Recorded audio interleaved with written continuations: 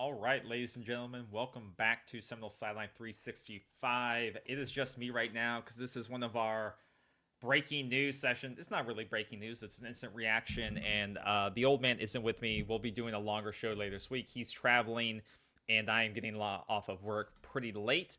So we'll be doing a longer form show, doing some recaps of the week ahead. But had to talk about some two major pieces that Florida State was able to land with the help, I think, of two of their newest coaches in Herb Hand and a pot roast Terrence Knighton.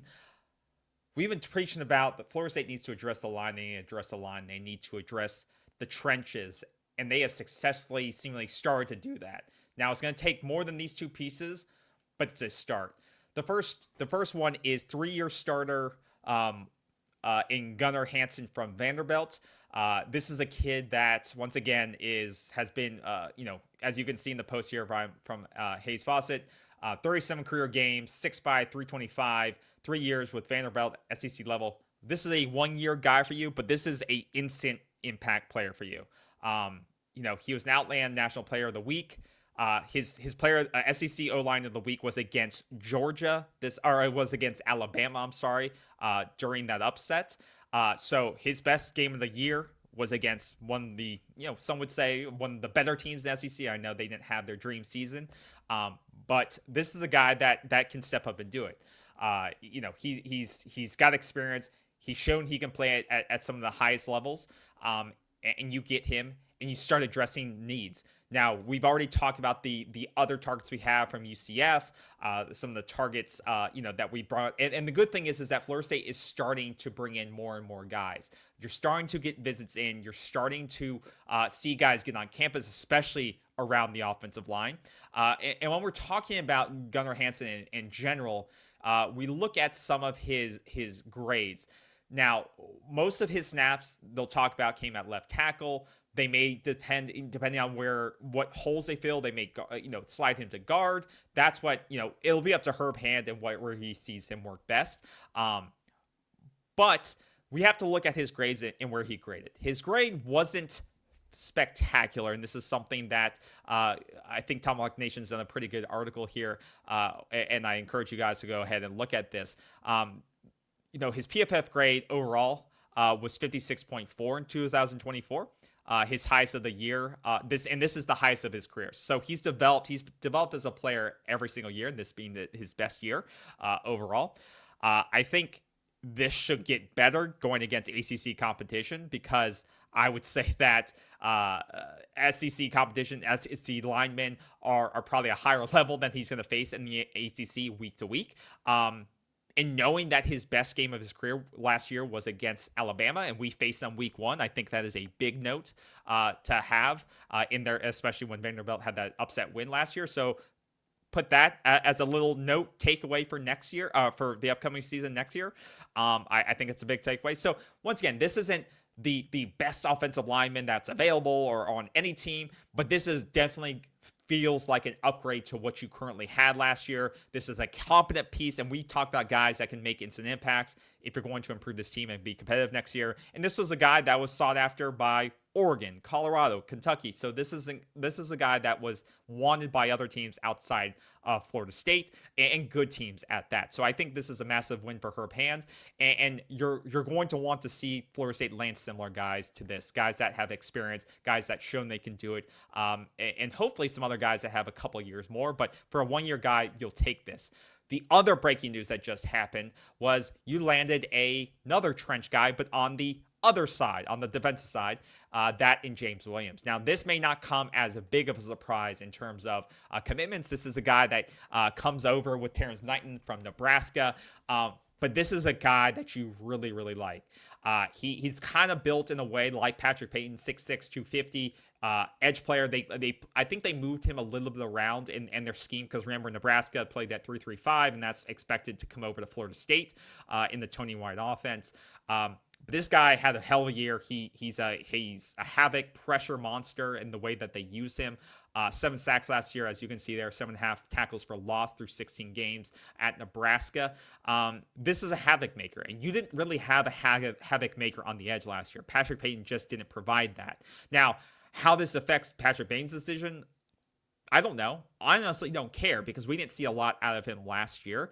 But this gives you Florida State leverage in terms of how you talk to him. Because I still don't know what his situation is. He hasn't declared yet.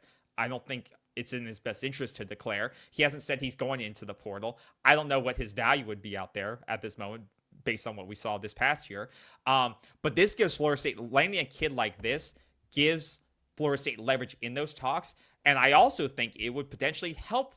It could help Patrick Payton when you have another stud that can play with you potentially on the line, or they can mix with you. If you have a proven playmaker like this, it could help Patrick Payton, because Patrick Payton's best year came with Jared Verse was on the other side of him. Now, James Williams, I don't think is Jared Verse 2.0. I think there's different types of players, but I think they're both impact players. And if I was Patrick Payton, I'd be looking at James Williams and say, can I play with this guy? Do they plan to use this together? Could they use this together?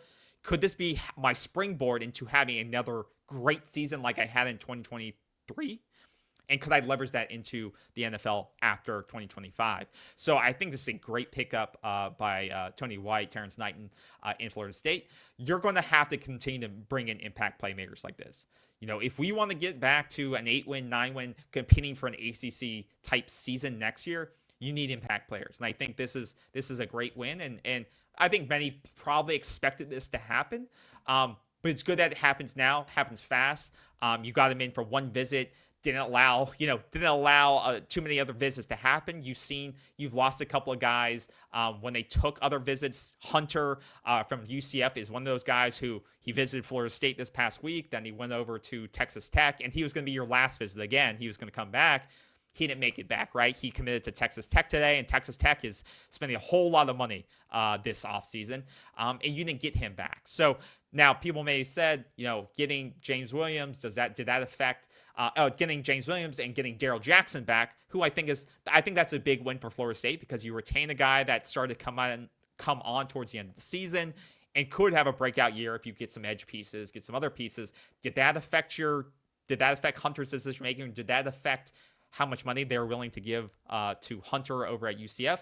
Maybe not. We'll go into a bigger discussion of that when the old man is back. But I think these are two pieces, and I think retaining Daryl Jackson, as much as he didn't have a breakout year last year, he did show some flashes, and I think he has a big body. He's got the athleticism, and I think if they get him to buy back into this defense, into what Tony White and Knighton are bringing, in the scheme they're bringing, and telling Daryl Jackson, hey, this is your final year to show the NFL what you have, I think it could be a good move for Florida State that they got him back and potentially save some money of having to get another player like Daryl Jackson in. So I think that's great, along with what Mike Norvell has donated back. I think they're ready to make some moves, and I think you are seeing some moves made, which is beneficial to Florida State. So I like this. I like these two additions. Hopefully we see some more pops here in the near future, and I expect we will, because you see a lot of guys tracking in terms of Florida State's direction right now, which is exciting. But we need probably another 5 to 10 more offensive linemen in my